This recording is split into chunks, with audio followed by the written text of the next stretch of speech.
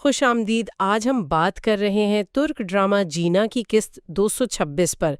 तो किस्त 226 में क्या खास हुआ, जरा तफसील से बताएं। देखें, सबसे अहम तो वो इंकिशाफ था कि बारान उसकी बेटी गुलशा उसकी मौत का जिम्मेदार है। ओह। और सिर्फ कहा नहीं, बाकायदा सबूत लाई।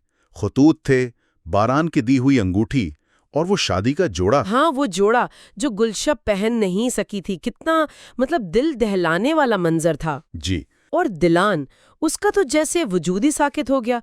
बारान के साथ गई तो सही, पर वो खामोशी। बहुत कुछ कह रही थी वो खामोशी। बारान पूछता रहा मगर जवाब नदारत। मुझे तो लगा जैसे उसका यकीन वो टूट सा गया। बिल्कुल, यही तो असल नुक्ता है। क्या वो सबूत काफी हैं? और बारान, क्या वो वाकई वैसा है या ये बहुत अहम सवाल है। दिलान अब करेगी क्या?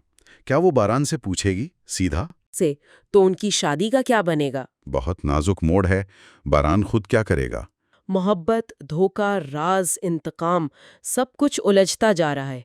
अब देखना ये है कि किरदार कैसे इन हालात का सामना करते हैं। और सच कब सामने आता है? जी, तो इंतजार रहेगा किस्त 227 का।